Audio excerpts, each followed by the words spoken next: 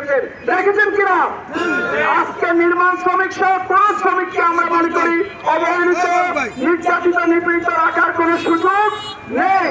5ই August বিপ্লবের মধ্য দিয়ে যারা পালিয়েছে, আমরা বলতে চাই শ্রমিকদের নিয়ে রাজনীতি করবেন না। প্রত্যেক রাজনৈতিক দল আমরা শ্রমিকরা সবাই ঐক্যবদ্ধ থাকতে চাই। রাজনৈতিক কোন দলের রেশন ভিত্তি করে আমরা শ্রমিক সংগঠন করতে চাই না। আজকে নির্যাতিত আমার ভাই বলছেন শ্রমিক দলের নির্মাণ শ্রমিকের অফিস নাই। আমরা শ্রমিক কল্যাণ ফেডারেশন লক্ষ্মীপুর জেলায় একটা প্রতিষ্ঠিত সংগঠন, কিন্তু দেখা যায় যে দীর্ঘদিন থেকে আমরা কোনো অফিস করতে পারিনি। আমাদের অফিস থেকে গ্রেপ্তার হয়েছে। আমার বাসায় এমন কোন মাঠ ছিল না যে বাসে টিভি যায় নাই, যে বাসে এই এসপির পক্ষ থেকে লোক যায় নাই। আমার বাসায় প্রতি সপ্তাহে প্রত্যেক মাসে এরকম চার্জ করেছে। শুধু অপরাধ কি ছিল? আমাদের অপরাধ ছিল আমরা শ্রমজীবীদের পক্ষে কথা বলেছিলাম।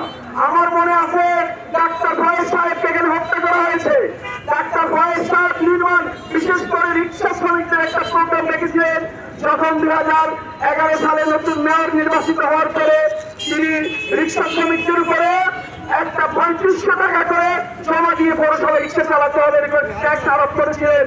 তখন রিক্সা শ্রমিকদেরকে আমরা ঐক্যবদ্ধ করেছিলাম।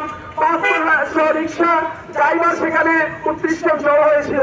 এরপর থেকে তৎকালীন মেয়র উনি চলে গেছেন, কিন্তু তার এই গণহস্ত ডাক্তার ফয়েজ সাহেব পর্যন্ত পৌঁছেছে।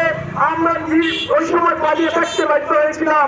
আমাদের উপরে শারীরিক আচরণ করা হবে, এরকম বিভিন্ন ভাবে আমাদেরকে হুমকি ধামকি দেওয়া হয়েছিল। আজকে শ্রমিক আন্দোলন নিয়ে আমরা দীর্ঘদিন থেকে কাজ করছি প্রিয় ভাইরা। আমরা বলতে চাই কিন্তু আমূল কোন পরিবর্তন এখনো আসে নাই। নির্মাণ শ্রমিক ভাই, একজন শ্রমিক ভাই মারা গেলে, একজন শ্রমিক আহত হলে, নির্মাণের একজন শ্রমজীবী যে ন্যূনতম মজুরি পাচ্ছেন, এই ন্যূনতম মজুরি দিয়ে সংসার চালানো যায় না।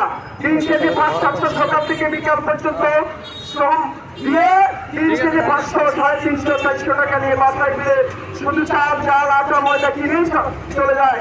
কোন নির্মাণ শ্রমিক বলতে পারবে না যে বছরে একবার গরুর গোস্ত কিনেছে, একটা ইলিশ মাছ কিনেছে, একটা মুরগি কিনে খেয়েছে।